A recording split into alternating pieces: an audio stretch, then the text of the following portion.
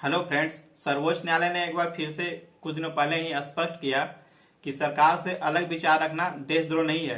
जम्मू कश्मीर के पूर्व मुख्यमंत्री फारूक अब्दुल्ला ने 370 हटाए जाने को लेकर जम्मू कश्मीर से जो हटा उसके खिलाफ एक बयान दिया, जिसे लेकर एक याचिकाकर्ता ने सर्वोच्च न्यायालय में यह गुहार लगाई कि उनके खिलाफ मामला दर्ज किया जाए, देशद्रोह का मुकदमा चलाया जाए। और दो जजों की बेंच बैठी थी, उसमें एक संजय किशन कौल और हेमंत गुप्ता की पीठ थी। उन्होंने इस मामले को सुनवाई के लायक भी नहीं समझा और जो याचिकाकर्ता था उसके ऊपर उन्होंने 50,000 का जुर्माना लगाया सजा के तौर पे। और एक बार फिर से अदालत ने स्पष्ट कर दिया कि अगर किसी के ऊपर देशद्रोह का मुकदमा लगाया जा रहा तो काफी सोच समझ लगाना चाहिए, यह काफी संगीन आरोप है। और अगर कुछ दिन और पहले की बात करते हैं दिशा रेवड़ी के केस में, जैसे कि जाने के देश भर में किसानों का प्रोटेस्ट चल रहा है अपनी मांगों को लेकर के, और इनके मांगों के समर्थन में स्वीडन की एक सोशल इन्वायरमेंटल एक्टिविस्ट थी श्वेता थनबर्ग, उन्होंने इंटरनेट पे एक डॉक्यूमेंट को जारी किया था, शेयर किया था। उस डॉक्यूमेंट में किसानों के समर्थन में बारे में बात लिखा गया था और उन्होंने कहा था कि अगर कोई आदमी किसानों के मुद्दे को समझना चाहता है तो इस डॉक्यूमेंट को पढ़ करके एनालिसिस कर सकता है, और जिसे दिशा रवि ने शेयर किया था। और इसी को शेयर करने के मामले में उनपे देशद्रोह का मुकदमा दर्ज किया गया था, जिसमें बाद में न्यायालय ने स्पष्ट किया कि अगर कोई किसी सीसी को शेयर करता है, यानी कि इसको टूलकिट भी कहा गया, तो वह देशद्रोह के मुकदमे में नहीं आएगा। इस तरह से और अगर पीछे की कुछ घटनाओं को बात करते, जैसे सीए और एनआरसी को लेकर देश भर में काफी ज्यादा विरोध चल रहे थे, और इसे लेकर इंडियन एक्सप्रेस ने एक आर्टिकल लिखा था। उस आर्टिकल में उसने कहा था कि जो प्रोटेस्टर आंदोलनकारी हैं उनके जो गिरफ्तारियां हो रही है कुछ राज्यों में, जैसे उत्तर प्रदेश, आसाम, कर्नाटक में, तो एक खास तरह का पैटर्न देखा जा रहा है उन गिरफ्तारियों में। जैसे कि अगर किसी के ऊपर देशद्रोह का मुकदमा दर्ज किया जाता है तो सर्वोच्च न्यायालय के गाइडलाइंस है कि उस गाइडलाइंस का पालन होना चाहिए। मतलब कि गिरफ्तारी से पहले जो जिनको गिरफ्तारी किया जा रहा है उनसे कुछ सवाल पूछे जाना चाहिए और पुलिस द्वारा कुछ जवाब दिए जाना चाहिए, लेकिन कि गिरफ्तारी क्यों की जा रही है। लेकिन सर्वोच्च न्यायालय के देखा जाए तो ये जो गाइडलाइंस का पूरा उल्लंघन हुआ, एक बनती है।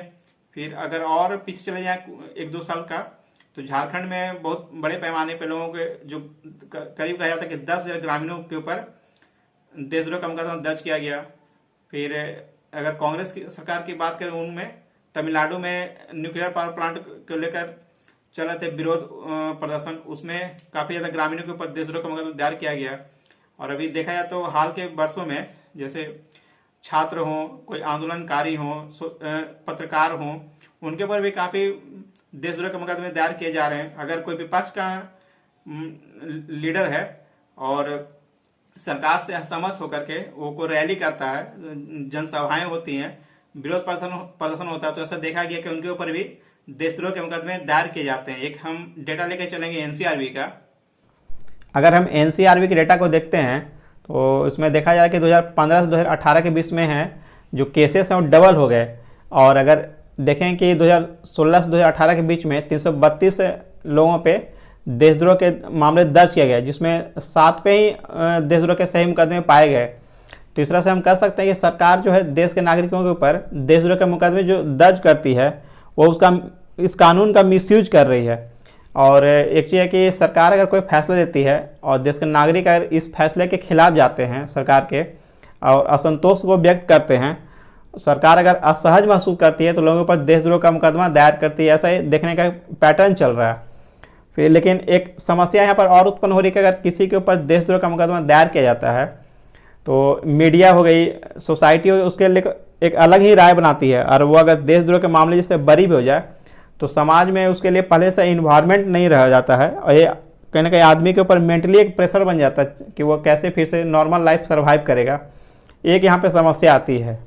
वहीं अगर इस कानून के बारे में और बात करें कि सुप्रीम कोर्ट ने साफ कहा है कि अगर किसी के ऊपर देशद्रोह का मुकदमा दायर किया जाता है तो हिंसा का स्पष्ट मतलब साक्ष्य मिलना जरूरी है। और अगर कोई भाषण देता है और भाषण से कोई उकसावे की स्थिति होती है, कोई उपद्रव होती है, तभी उसके ऊपर देशद्रोह का मुकदमा दर्ज किया जा सकता है। और एक सुप्रीम कोर्ट के 1-2 फैसले का एग्जाम्पल लेकर समझने का प्रयास करेंगे कि सुप्रीम कोर्ट से ऊपर क्या सोचती है, तब और ज्यादा बेहतर तरीके से हम समझ पाएंगे कि देशद्रोह कानून क्या है। 1962 में सुप्रीम कोर्ट में एक मामला आया था, Kedarnath versus state of Bihar. तो इस कानून को ही लेके, जिसमें सुप्रीम कोर्ट ने इस कानून को संवैधानिकता प्रदान की, लेकिन इसका जो एप्लीकेशन है उसको संकीर्ण कर दिया, उसके मतलब कि लिमिटेड कर दिया, और कहा कि ऐसा कोई भी कृत्य जिसके पीछे मंशा अराजकता फैलाने की हो, लॉ एंड ऑर्डर खराब करने की हो या हिंसा को उकसाने की हो, तो सिर्फ ऐसे ही मामलों में सेडिशन के तहत ट्राई किया जाएगा या राजद्रोह कानून के तहत कार्रवाई की जाएगी। और यहाँ पर सरकार के खिलाफ किसी ने बेहद सख्त आलोचना रवैये में कोई भाषण दिया हो या कोई तीखे शब्द का इस्तेमाल किया है तो उसको राजद्रोह नहीं माना जाएगा, अगर ऐसे भाषण या शब्दों में हिंसा नहीं हो रहा हो। एक और मामले को समझेंगे जो 1995 में हुआ, Balwant Singh versus state of Punjab. उसमें था कि कुछ लोगों ने खालिस्तान के समर्थन में नारे लगाए थे, और जब मामला सुप्रीम कोर्ट पहुंचा तो सुप्रीम कोर्ट ने कहा कि अगर कोई सिर्फ नारा लगाता है और उसके नारे से कोई हिंसा नहीं होती है, कोई उपद्रव नहीं होता, उसकी गतिविधियां देश विरोधी नहीं है, तो उसके ऊपर देशद्रोही के चार्जेस नहीं लगाए जा सकते। और एक चीज और है कि अगर सेक्शन 124A जो आईपीसी के है अंतर्गत अगर किसी पर सेडिशन के चार्ज लगाए जाते हैं तो उसमें कि 3 साल का सजा हो सकता है और कुछ फाइन भी हो सकता है, और इसमें एक है कि बेल नहीं मिलता, एक सबसे बड़ी समस्या है। अब इसी में और अगर बात करें इसका हिस्टोरिकल फैक्ट के बारे में कि कानून कैसे आया, तो चूंकि भारत में 1870 में कानून आया था, उसमें ब्रिटिश शासन चल रहा था, तो उसने महसूस किया कि भारत में अगर कोई ऐसा आवाज सरकार के विरुद्ध अगर आवाज उठ रही हो तो उस आवाज को डाउन किया जाए, इसलिए कि सरकार के काम में बाधा उत्पन्न हो रही है, और इसीलिए इस कानून को लाया गया 1870 में। और इसका कानून का उपयोग स्वतंत्रता सेनानियों पे काफी बड़े पैमाने पर हुआ। बाल गंगाधर तिलक का एग्जाम्पल दे सकते हैं, 1897 में हुआ। फिर महात्मा गांधी जी पे हुआ, उन्होंने यह इंडिया में एक लेख लिखा था, जिसे इसी कानून के तहत उनको भी सजा दिया गया था। तो इस तरह से देखते हैं कि इसका हिस्टोरिकल बैकग्राउंड है। अब आगे बात करते हैं कि लॉ कमीशन इस पर लेके क्या सोचता है। लॉ कमीशन ने कहा कि सरकार की आलोचना या सरकार से नाराजगी को हम सेडिशन नहीं बोल सकते, और इसलिए नहीं बोल सकते क्योंकि स्वस्थ लोकतंत्र के लिए ये सब जरूरी है। अगर आप सरकार से नाराज हो या किसी प्रकार सरकार के काम से असंतोष हो तो आप ये जाहिर कर पाओ, और ये तभी वो अपने आप में एक स्वस्थ लोकतंत्र की निशानी है। लॉ कमीशन ने आगे कहा कि अब समय आ गया कि इस कानून को हटाया जाए या इस पर पूर्ण विचार किया जाए। फिर आगे कहा कि व्यक्ति की स्वतंत्रता अभिव्यक्ति ये काफ़ी ज़्यादा इंपॉर्टेंट से काफ़ी ज़्यादा मायने रखती है, और कभी कभी देखा जाता है कि ये जो कानून है देशद्रोह, ये इसके रुकावट का काम करती है। फिर आगे कहा कि चूंकि इस कानून का उपयोग ब्रिटिश ने भारतीयों के ऊपर किया है, तो ऐसा लगता नहीं कि अब इस कानून का जरूरत है। अब इसी में हम आगे समझते हैं कि सरकार का इसके बारे में क्या पक्ष है, सरकार क्या कहती है इस कानून को लेकर के। अगर सरकार का पक्ष का बात करें तो सरकार ने राज्यसभा में 2019 में स्टेटमेंट में कहा है कि देश में बहुत सारे ऐसे एलिमेंट हैं जो देश की एकता और अखंडता के लिए खतरा है, जैसे टेररिस्ट का बात हो गया, नक्सल का बात हो गया, एंटी नेशनल ग्रुप्स का बात हो गया, या फिर साउथर्न लिस्ट का बात करें, वहाँ पे कुछ ऐसे एक्टिविटीज चल रहे हैं जो देश की एकता के लिए खतरा बने हुए हैं। तो उन्होंने कहा कि इस कानून की ज़रूरत है, अभी समय की मांग है। और ऐसे देखा जाए तो सही भी कहा जा सकता है कि अगर ऐसे ग्रुप हैं देश में तो इस कानून की ज़रूरत है। तो हमने तो यह जान लिया कि सरकार इस बारे में क्या सोचती है। अब अगर हम अपना राय दें इस कानून पे लेकर, तो हम तो यही कहें कि किसी भी सफल लोकतंत्र के लिए यह जरूरी है कि बेपक्ष कराना बहुत जरूरी है। सरकार अगर कोई फैसला लेती है तो उस पर क्रिटिसिज्म होना बहुत जरूरी है, तब तो सरकार को मालूम चलेगा कि उसकी कमियां क्या हैं और उसमें सुधार की आगे क्या गुंजाइश है, आगे सरकार सोचेगी।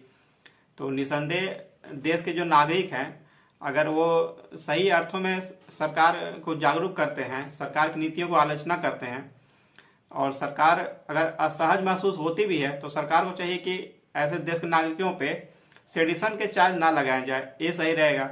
और दूसरी तरफ देखा जाए कि अगर ऐसे एलिमेंट हैं जो देश की एकता अखंडता को खंडित करने का प्रयास करते हैं या किसी तरह से देश की छवि को भी खराब करने का प्रयास करते हैं, ऐसे कोई भी हो, तो उन्हें सख्त सजा मिलना चाहिए, सेडिशन का चार्ज लगाना चाहिए। इसमें कोई दो मत नहीं है, क्योंकि देश की एकता सर्वोपरि है और शांति सुरक्षा भी बहुत देश के लिए मायने रखती है। ये तो हमारे विचार हो गए। इस कानून को लेकर आप क्या सोचते हैं, आप अपनी राय कमेंट बॉक्स में जरूर दें। बहुत बहुत धन्यवाद।